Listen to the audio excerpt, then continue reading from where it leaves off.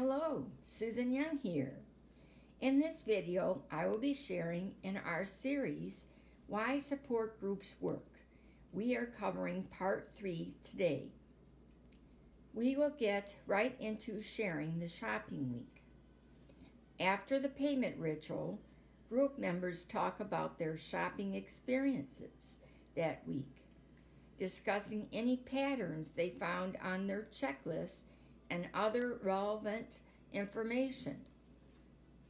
Lisa was a fritter who went shopping almost every day, so she was given the task of going shopping only twice a week, on Tuesdays and on Saturdays. Having permission to go shopping twice a week was less threatening to her than the idea of stopping cold turkey. She found she was able to adhere to this schedule, and this made her feel more in control. On her 6th week in the group, she told us, "I didn't shop at all this week. I finally realized that I wasn't getting anything substantial when I went shopping all the time. I was buying a bunch of worthless junk. I decided I'd rather save up my shopping allowance and buy something special, something I really needed." "That's a great idea," said Jamie. "I stopped buying all those housewares for a couple of weeks, and then I treated myself to a nice business suit. It felt good to buy something I really needed for a change."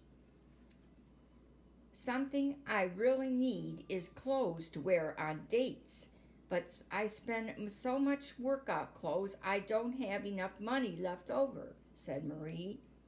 "So I still end up feeling like I don't look good when I go out, even after the time I spend getting in shape." "I think you put too great an emphasis on how you look," said Richard. "Oh, come on, all guys want a woman with a great body," said Marie. "Men don't only care how a woman looks, they also care how she feels about herself," said Richard.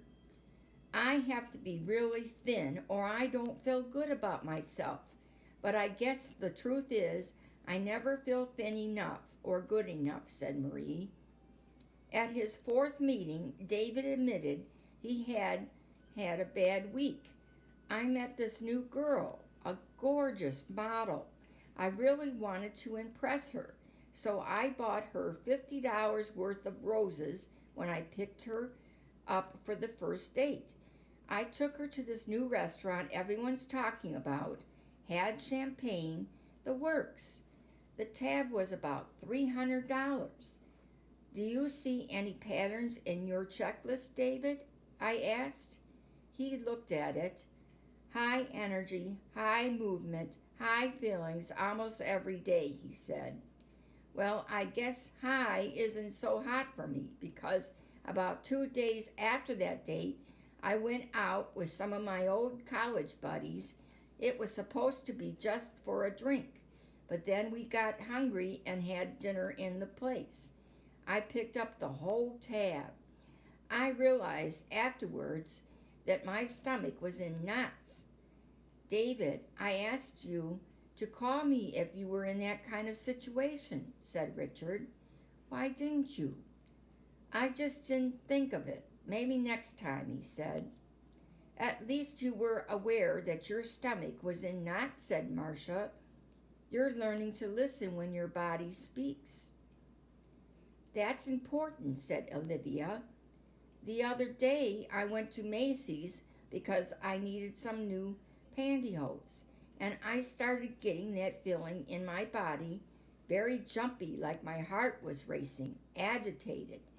That feeling reminds me of the kind of rush I used to get when I was into cocaine," said Kim. "Like you want to race somewhere, but you don't know where." "Well, I've never done cocaine, but when I get that feeling in my body, I know where to race. Out of the store," said Olivia. During her 5th week in the group, Anne went on a serious binge. She was so ashamed that she considered skipping the meeting so as not to have to tell the others. But her commitment to recovery gave her the strength to come forth with her story. I had a terrible week, she said.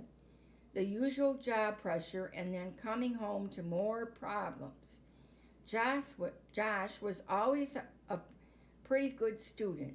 Suddenly, this semester, he comes home with F's and D's on his report card because he's apparently been cutting class.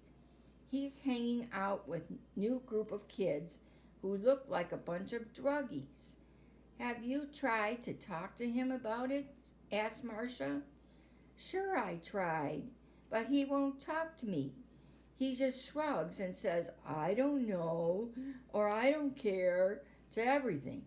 Then he goes up to his room and blasts that heavy metal music. It drives me nuts. Maybe your husband can get through to him, said David. It can be hard to get your husband to do his share, said Denise. When he tries to talk to Josh, Jeff just gets so frustrated he ends up screaming. Then he comes down and starts in on me. What kind of mother are you bringing up a kid like this? He asked me one day last week. I was so upset I couldn't stand being in the same house one more minute. I got in the car and drove straight to the mall. I knew it was wrong. I knew I was being compulsive. I knew it went against everything we learn here, but I had to do it. I didn't have my credit cards because I got rid of those, but I did have my checkbook. I bought over $2,000 worth of clothes. Of course I felt absolutely sick about it afterwards. The checks were from our joint account, and Jeff's going to explode when he finds out. Can you take the stuff back? Asked Lisa. Well, about $500 worth is from a place where I can get cash refund, and I guess I can get store credit for the rest. Then take it back. You can use up the store credit slowly when you really need something, said Lisa. I guess I can do that, but I still hate myself for buying it, said Anne. We've all done things like that, said Claudia. There were affirmative nods from other members of the group. As time goes on, those episodes will become less frequent, and eventually they'll stop happening, said Lisa. The important thing is to stay calm and be kind to yourself, I said. It was a serious binge, and it's good that you acknowledge that. But what good does it do to beat yourself up over it? Will that make you shop less or more? If your family upsets you, remember, you can call me anytime, said Olivia. I've raised teenagers myself, and I know how they can be. Me too, said Marcia. They certainly can be impossible, but it really helps to talk. Call me next time. Anne smiled as she soaked up the empathy and support emanating towards her. As often happens, it was not merely the dialogue that was helpful, but also the close-knit feeling of the group. They shared a few quiet moments of healing, love, and mutual support. Shopaholics.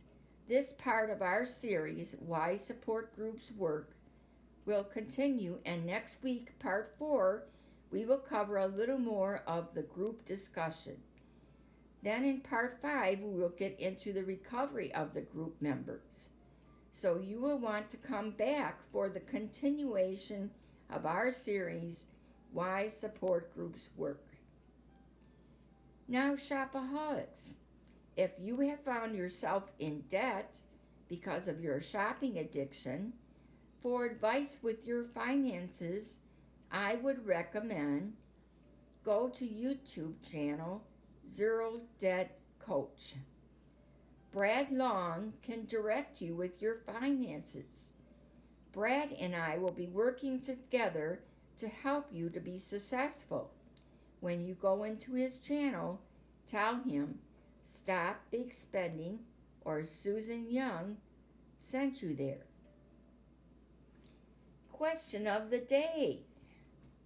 Shopaholics. Have you considered joining a support group to get help for your shopping addiction? Feel free to comment down below. And if you are interested in joining a group, I have the information below for our online support group on Facebook. Feel free to join us. There is no fee to join. Our group is private. Hope to see you there. How are you all doing with this video so far?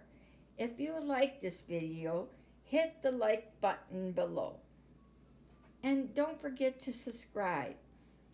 I really appreciate it.